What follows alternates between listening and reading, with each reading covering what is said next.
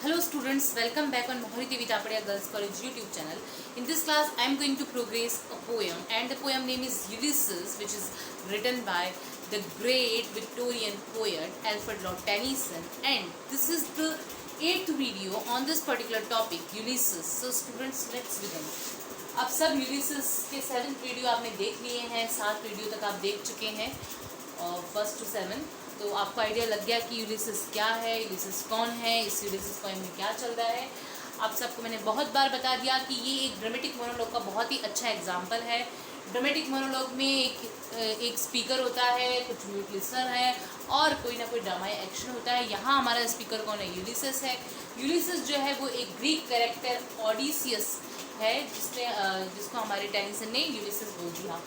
यूलिसेस जो है वो ट्रोजन वॉर का कोई सोल्जर है। वो ट्रोजन वॉर से अभी इथाका अपने किंगडम लौटा है और वो अब अपनी ओल्ड एज में है, और ओल्ड एज में वो अपनी पास्ट मेमोरीज़ को याद कर रहा है, अपने एडवेंचर्स को याद कर रहा है, अपनी ट्रैवलिंग को याद कर रहा है, उन बातों को याद कर रहा है जो उसने अपने जो है यंग एज में टाइम स्पेंड किया था अपने फ्रेंड्स के साथ, या उसने जो भी एडवेंचर किए, जो युद्ध लड़े हैं, वो सब उनको याद कर रहा है। तो आप पहले 1 to 7 इसके वीडियोस देखें, उसके बाद इस 8th वीडियो पे आए। इसमें लाइन्स है, It may be that the gulls will wash us down. It may be we shall touch the happy isle and see the great Achilles whom we knew. Thou much is taken, much abides, and thou we are not now that strength which in old days moved earth and heaven, that which we are. One equal temper of heroic hearts, made weak by time and fate, but strong in will, to strive, to seek, to find, and not to yield. These lines are from Ulysses. Ulysses is a poem which is written by Alfred Lord Tennyson. So, इसमें poet आपने पहले जब 7th videos का देखा होगा, तो उसमें क्या हो रहा है, हमारा यूलिसेस अपने साथियों को बुला रहा है कि आओ साथियों, हम एक बार फिर से हमारी पोर्ट पे, बंदरगाह पे हमारी शिप खड़ी हुई है, हम फिर से एक बार वो जगह देखते हैं जो जगह हमने देखी नहीं है, हमसे फिर अपने एडवेंचर करते हैं, अपनी ट्रैवलिंग करते हैं। अब नेक्स्ट की बात करें, it may be that the girls will wash us down.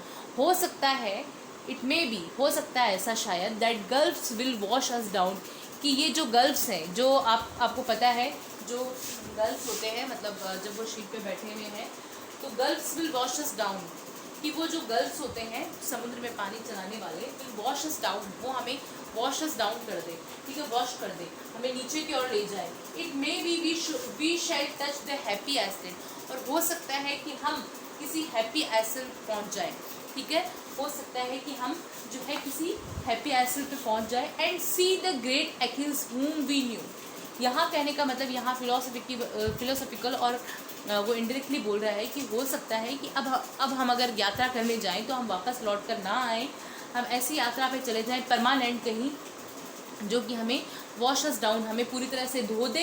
It may be we shall touch the happy Iceland, और हम कोई हैप्पी आइसलैंड को टच कर लें, हम पाताल में चले जाएं, इनडायरेक्टली वो ये बोल रहा है। And see the great Achilles whom we knew, और हो सकता है कि हम जब ये इन यात्रा पर जाएं तो हमें अचानक से कौन दिख जाए? एक्हिल्स दिख जाए। एक्हिल्स कौन है? एक्हिल्स हीरो है ट्रोजन वॉर का, तो जो वो इनका फ्रेंड हुआ करता था, जिसकी डेथ हो चुकी, तो वो बोल रहा है कि हमें क्या पता हमारा फ्रेंड दिख जाए, whom वी न्यू, जिसे हम जानते थे। Though much is taken, much abides, हाँ हमारे अभी हमारा जो ये बॉडी हो गई है ओल्ड एज में, दाउ मच इज टेकन, बहुत सारी बातें ऐसी है जो इससे पॉसिबल नहीं है, बहुत कुछ हमारी इस ओल्ड एज ने ले लिया है, बट मच अबाइड्स, पर अभी भी बहुत कुछ बाकी है। And though we are not now that strength which in old age, though we are not now, अब हम नहीं है, that strength in old age, अब हमारे में वो स्ट्रेंथ, वो पावर नहीं है, विच इन ओल्ड एज, जो हमारे ओल्ड एज में अब हैं हम। तो हमारे ओल्ड एज, यहाँ ओल्ड एज का मतलब हो गया वो वाले डेज, कौन से डेज? जो पास्ट डेज है, तो इनडायरेक्टली यहाँ मीनिंग है, यहाँ ओल्ड डेज का मतलब हमारे यंग एज में, हम एज में जो हमारे पास पावर थी, स्ट्रेंथ थी, वो अब हमारे इस ओल्ड एज में नहीं है, क्योंकि यहाँ यूलिसेस क्या है? ओल्ड एज में है अपनी। तो अब अपने फ्रेंड्स को बोल रहा है, देखो फिर से देखो, it may be that we girls will wash us down, कि अगर अब हम ट्रैवलिंग पे जाएंगे तो हो सकता है कि हम पूरी तरह से वॉश हो जाए, हम किसी नई जगह पे, किसी नए आइलैंड पे पहुंच जाए, और हमें जो है एक नया एक्सपीरियंस हो, और हम हो सकता है वापस लौट कर ना आए, और हो सकता है उस यात्रा में, इस बार वाली यात्रा में ग्रेट एक्हिल्स को देख लें, जो कि एक ट्रोजन वॉर का हीरो, उसको देख लें, whom वी न्यू, जिसे हम जानते हैं, क्योंकि वो उनका फ्रेंड हुआ करता था।